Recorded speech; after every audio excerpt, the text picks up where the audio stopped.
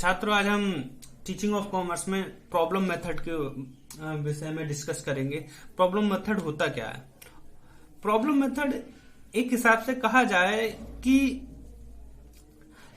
कक्षा में हम एक प्रॉब्लम क्रिएट करते हैं और उस प्रॉब्लम को सॉल्व करने के लिए हम स्टूडेंट से कहते हैं कि ये प्रॉब्लम है और आप इस प्रॉब्लम को सॉर्ट आउट कीजिए। और हमें एक शिक्षक को रूप में, चूंकि आप पीपल टीचर हैं और यहां मैं आज आपको एज ए टीचर पढ़ा रहा हूं, तो मुझे आपके सामने एक समस्या रखनी है।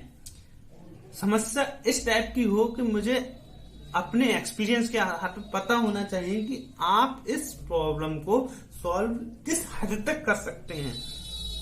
हमें प्रॉब्लम इतनी सिंपल भी नहीं रखनी है कि तुम 1 मिनट के अंदर उसका प्रॉब्लम को सोल्यूशन 1 मिनट के अंदर दे दो, और हमें प्रॉब्लम इतनी हार्ड भी नहीं रखनी है कि आप उसका सोल्यूशन नहीं ढूंढ पाए। क्योंकि जो प्रॉब्लम मेथड है वह मुख्य रूप से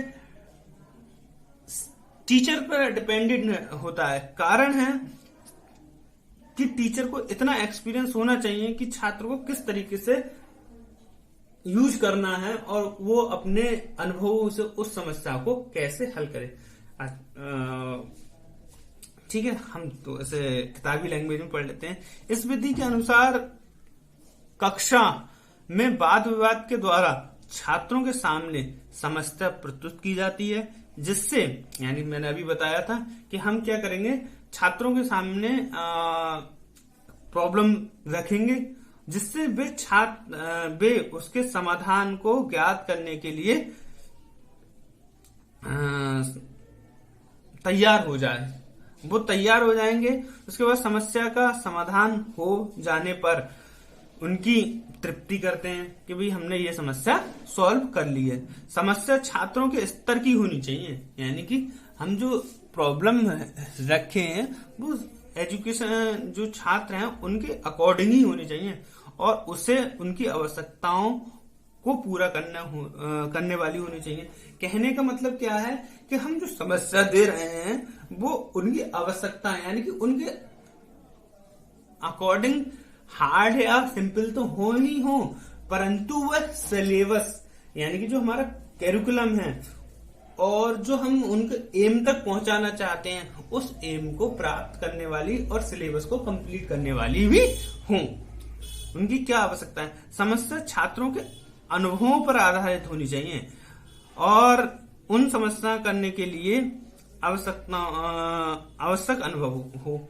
छात्र के पास वो समस्या है, जो प्रॉब्लम है, उसे सॉल्व करने का अनुभव पर आधारित होनी चाहिए, यानी कि जो प्रॉब्लम हो उनके पूर्व एक्सपीरियंस पर आधारित हो। और जैसे स्टूडेंट्स एक प्रॉब्लम सॉल्व कर लेता है, फिर उससे थोड़ी और हार्ड प्रॉब्लम रख दी जाए और उसे भी हल कर लेता है तो उससे थोड़ी और हार्ड कर दी जाए। प्रॉब्लम को एक सीढ़ी के अनुसार यूज करना चाहिए। पहले बिल्कुल सिंपल प्रॉब्लम, फिर थोड़ी और हार्ड, फिर थोड़ी और हार्ड। तो प्रॉब्लम का एक स्तर होना चाहिए अपने करिकुलम में या अपने सिलेबस में रखें। क्लियर? आप लोगों को समझ में आ गई कि प्रॉब्लम मेथड में क्या होता है कि हम स्टूडेंट्स के सामने कोई प्रॉब्लम रखते हैं, उस प्रॉब्लम को स्टूडेंट अपने प्रीवियस एक्सपीरियंस के आधार पर उसे सॉल्व करता है। क्लियर? उसके बाद हम देखते हैं कि समस्या विधि के गुण क्या हैं। मेरिट्स ऑफ प्रॉब्लम मेथड में क्या क्या गुण है? यह मेथड सब्जेक्ट को सिंपल और अंडरस्टैंडिंग बनाता है। मतलब क्या है भाई, अगर हम इस मेथड से छात्र को पढ़ा रहे हैं तो इससे क्या होगा, सब्जेक्ट होगा वो सिंपल हो जाएगा, क्योंकि जो छात्र है उसे स्वयं करके समस्याओं का सॉल्यूशन करता है, तो उससे वो क्या हो जाएगा, सिंपल हो जाएगा। ठीक? और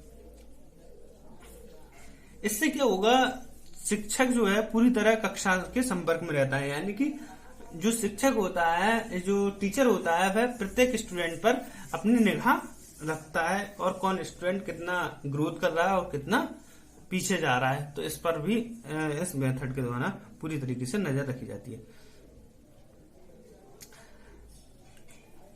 इस मेथड के अनुसार जो छात्र होता है, जो स्टूडेंट होता है, वह उसका जो दृष्टिकोण होता है वो व्यावसायिक बन जाता है। यानी कि अगर हम समस्या मेथड से, प्रॉब्लम मेथड से टीचिंग ऑफ कॉमर्स करा रहे हैं, पढ़ा रहे हैं, तो जो बच्चों को हम कोई प्रॉब्लम देंगे तो उसके सामने अगर वो कॉमर्स पढ़ा है तो सीधी सी बात है वह बिजनेस से संबंधित या बिजनेस करेगा या बिजनेस से संबंधित जॉब करेगा, तो वो उससे क्या करेगा, उसका जो दृष्टिकोण होगा, जो उसका नजरिया होगा, वो व्यावसायिक बन जाएगा। छात्रों में आत्मनिर्भरता की भावना का विकास होगा।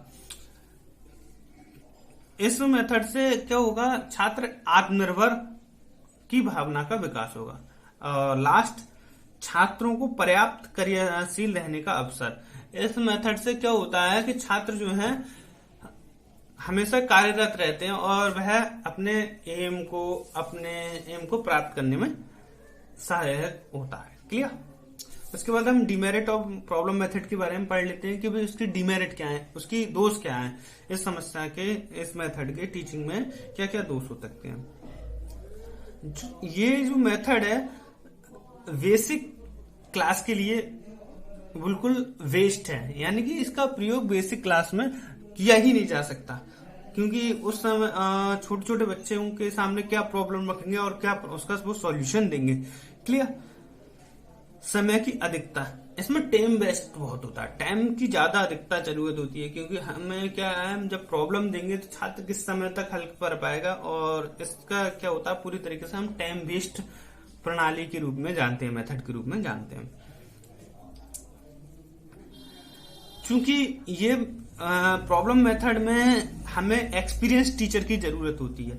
अगर हम प्रॉब्लम मेथड का से टीचिंग करा रहे हैं तो एक्सपीरियंस वाले टीचर्स की आवश्यकता होती है, और एक्सपीरियंस के टीचर आना हर जगह मुमकिन, आज के दौर में तो अभी भी मुमकिन नहीं हो पाए हैं, उस समय की बात ही क्या है।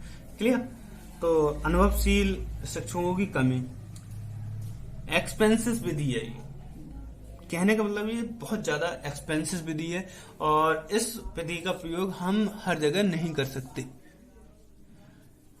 अब हम बात करते हैं कि भाई होमवर्क का अभाव क्या है, कि हम जो गृह कार्य देते हैं तो छात्र उसका हम प्रॉब्लम वाले मेथड में गृह कार्य नहीं दे पाते हैं, क्योंकि हम प्रॉब्लम मेथड में छात्रों को इंस्ट्रक्शन देते रहते हैं, परंतु हम जब घर पे छात्र करके नहीं ला पाएगा तो वहां पर उसके लिए इंस्ट्रक्शन देने वाला कोई नहीं होगा, तो इसमें गृह कार्य का अभाव रहता है। Thank you very much.